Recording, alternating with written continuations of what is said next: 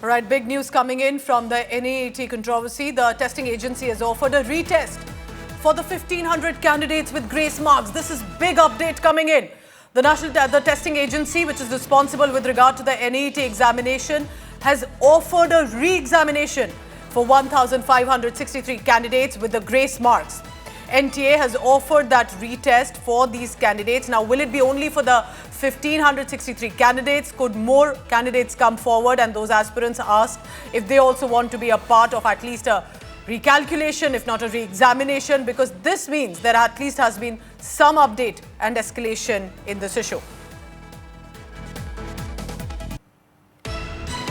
So that's the big news coming in, that with this offer also, will there be at least some semblance of return to normalcy? Because for now, we are witnessing even protests coming in from different areas, in fact, different states, by these anti-NEET protests that have broken out. The aspirants saying there's a full-on malpractice, even though the authorities have denied that charge.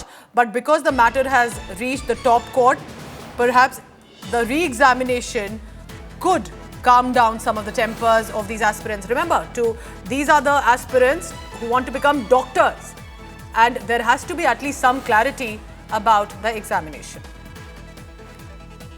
Supreme Court refusing to stop the counselling for the NEET, and NTA has said those not taking the retest could lose the grace marks as well.